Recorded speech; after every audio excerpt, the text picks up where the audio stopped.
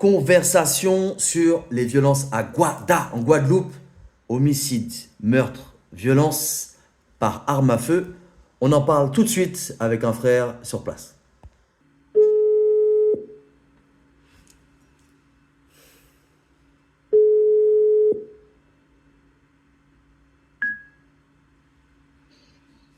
Hey yo, hey yo King, Oui, comment vas-tu? Au Tep King, ça va? comment ça va? Bien et toi? Ça va, écoute. Tranquille.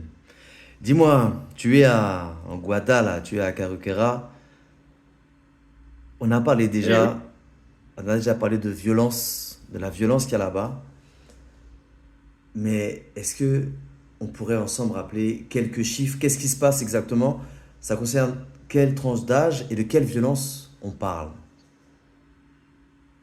Alors, tu as un taux d'homicide 5 à 7 fois supérieur à la moyenne nationale, hein, Donc et Guadeloupe, 1,2 pour 1000 habitants en métropole. Et là, tu es entre 8 et 10 pour 100 000 habitants dans les DOM, tu vois.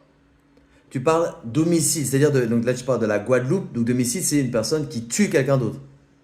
Voilà, on parle d'homicide, le meurtre sur une autre personne. Et c'est comment? Et C'est couteau, arme à feu, comment ça se passe? non, là, à partir du moment où tu as aussi les violences conjugales qui sont comptées dedans, Ok. les violences aux personnes, c'est les chiffres nationaux, les statistiques nationales. C'est leur manière de calculer.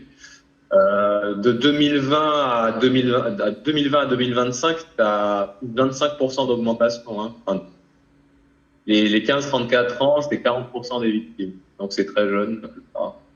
15-34 ans, 40% des victimes. Ouais. En majorité des hommes, pas des jeunes hommes. Mais là on parle de la Guadeloupe. C'est-à-dire que pour moi la Guadeloupe c'est l'île aux belles eaux, c'est un paradis, c'est... Puis on n'en entend pas parler ici. Comment ça? Parce que c'est un département français. Là tu me donnes des chiffres d'un département français. Mais pourquoi les gens se tuent comme ça alors que de loin on pourrait croire que tout va bien, tout est beau.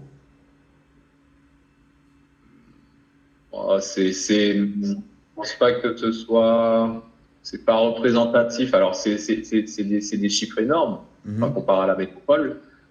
Mais je pense pas qu'on puisse mettre tout sur le dos de la pauvreté. Mais ce qui frappe, c'est vraiment l'âge des protagonistes, hein, c'est des gamins, quoi. Donc c'est même pas seulement la pauvreté, c'est pas des mecs qui cherchent à s'en sortir, ils ont pas d'argent, ils veulent de la moula comme on entend partout. Ils font des trucs de dingue pour avoir de l'argent. C'est même pas pour de l'argent.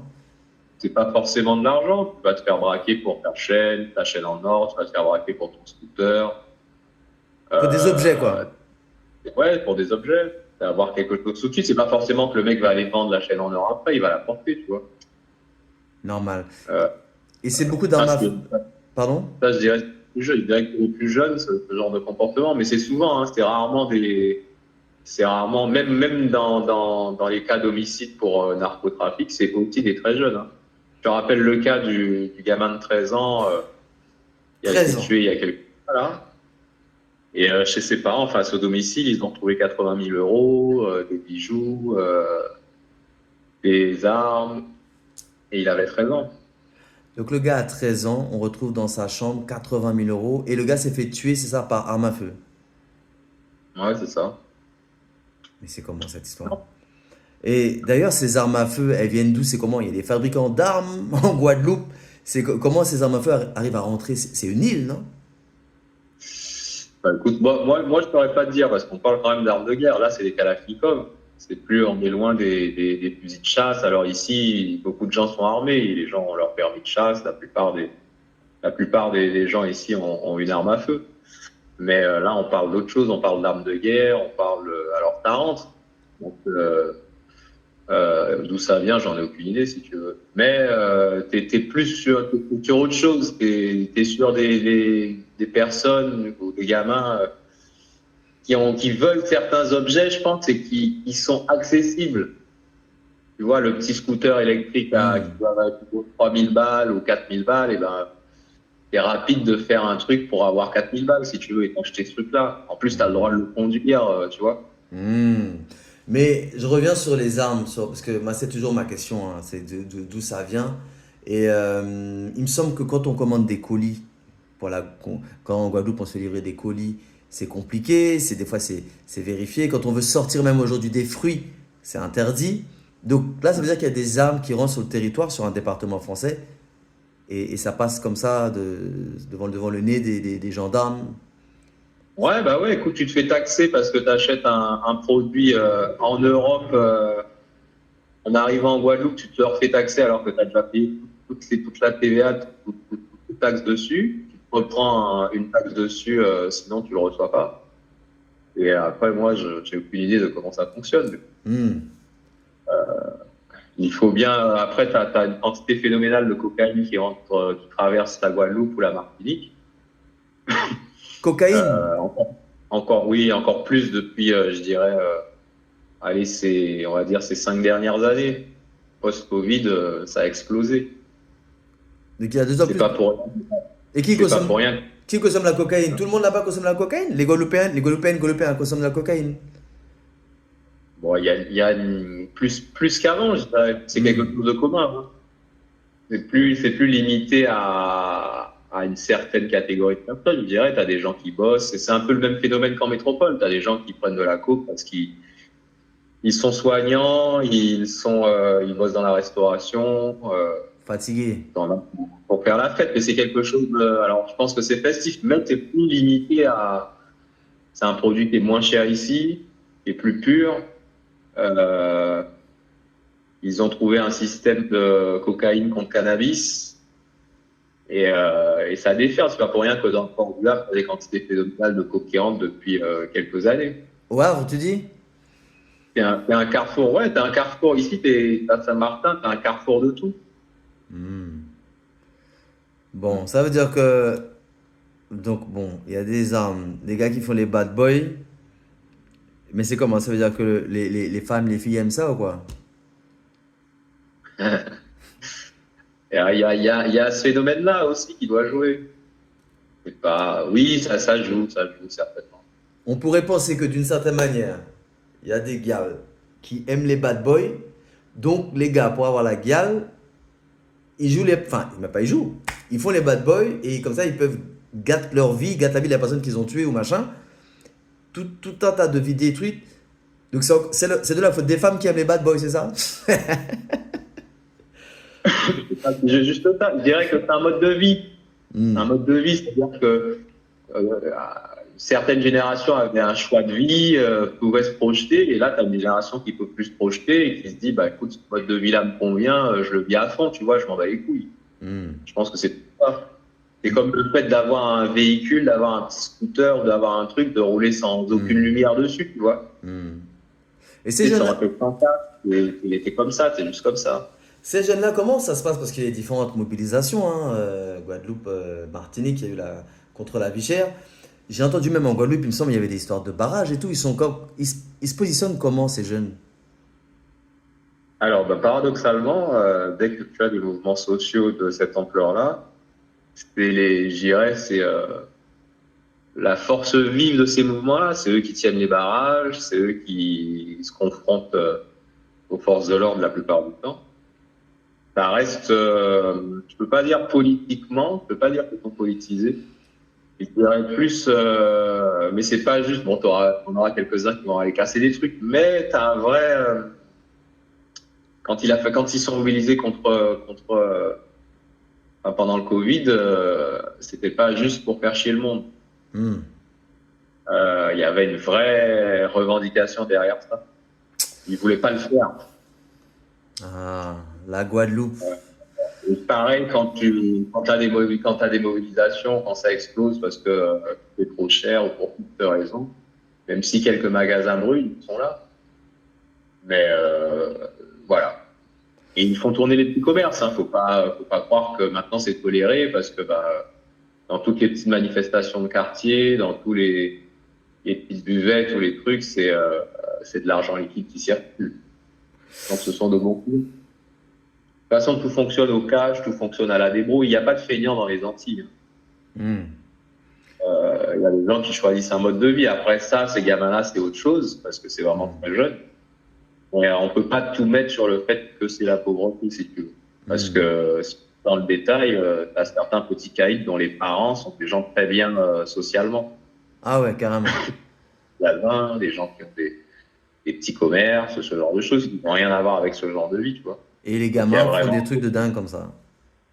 Ouais, Est-ce que, ouais. est-ce que tu penses que la musique, enfin la musique, les artistes et ce qu'on entend aujourd'hui, du trap au, je sais pas, bon, Chata c'est pas violent, Bouillon non plus, c'est pas ce genre de violence, mais est-ce que tu penses qu'il peut y avoir une influence médiatique de toute la violence qui est diffusée, même Netflix, Amazon Prime, pour pas les citer, et que du coup ça rentre dans leur tête, ça les influence ou il y a une indépendance complète par rapport à ce type d'influence? Ah, et je pense que ça se monte, ça aime se monter. T'es dans une époque de visuel, tu vois. Tu fais des trucs pour être vu, pour qu'on parle de toi. Hmm. D'autant plus ici où les nouvelles vont très vite. T'es dans un pays noir, donc les gens aiment parler vite. C'est à qui va donner Hmm. l'info le premier. Sur quel Donc média ils t'es communiquent? dans Sur quel média ils communiquent beaucoup? WhatsApp. WhatsApp. WhatsApp. Ok. Ah, Karukera. Karukera. Bon. Après, moi, j'observe ça, si tu veux. Je dis Hmm. pas que c'est bien ou mal, mais alors, je parle pas de. Mais on peut pas juste dire, voilà, c'est parce qu'il n'y a pas ceci, il n'y a pas cela, que un mec de 13 ans à 80 000 euros chez lui, il a des parents qui disent rien et que. Alors, c'est pas un cas isolé, hein. T'as des mecs comme ça dans les grandes métropoles comme Marseille, comme Hmm. Lyon, familles comme ça qui vivent, mais c'est pas un modèle, si tu veux, qui était courant ici. C'est là où Hmm. j'en viens avec toi. Hmm. Tout comme il n'y avait pas de cité, il n'y avait pas les gens vivaient dans des petites maisons individuelles, même si Hmm. c'était petit, il y avait plus. Mais le modèle de cité engendre le mode de vie qui va avec, si tu veux. Les gens sont pas faits pour vivre les uns sur les autres ici. Et voilà. Hmm. Hmm. Importe le mode de vie de cité, parce qu'effectivement, quand tu parles des médias, ils voient comment ça se passe dans une cité. Et le modèle, même le modèle, la manière dont sont construites les cités ici, voilà, tu as l'impression d'être dans n'importe quelle cité là-bas, tu vois. Ouais. Donc, il y a ça qui joue.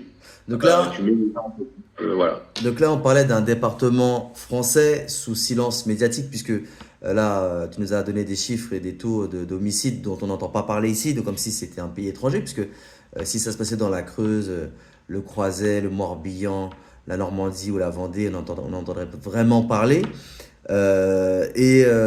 On n'oublie pas les problèmes d'eau. En Guadeloupe, il y a des communes où il n'y a pas l'eau potable. Tu me dis si je me trompe.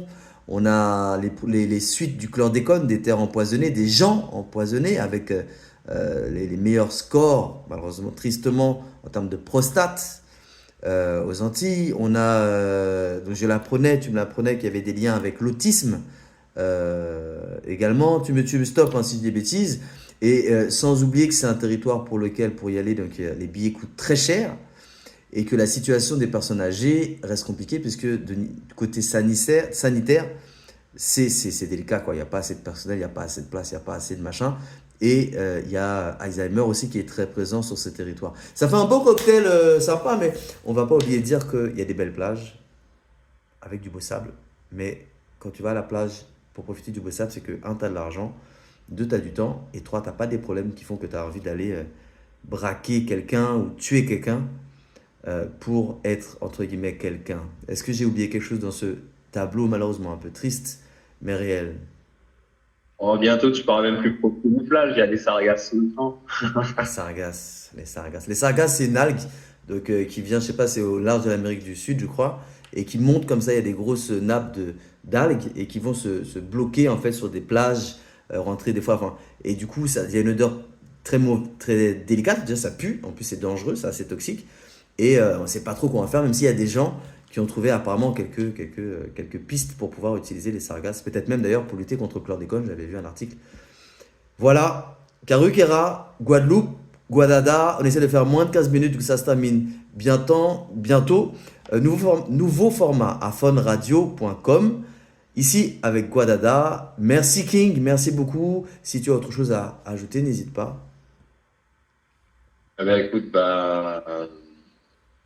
faut venir quand même. Faut, faut venir quand même. Et ben, en tout Ouais, cas, il faut venir quand même, les gens ne seront pas tirés dessus à tout votre champ. Mais bon. mais il y a plein de belles choses à faire en Guadeloupe. Il y a la rivière, il y a les rivières, il y a un tas de choses à faire, à visiter.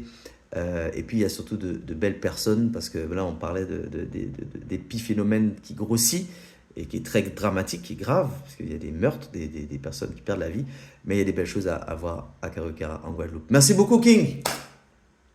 À bientôt. Otep, Otep. À très vite pour d'autres podcasts. Si vous voulez en écouter d'autres, ce sera sur afonradio.com. Otep, Otep. Ça veut dire paix.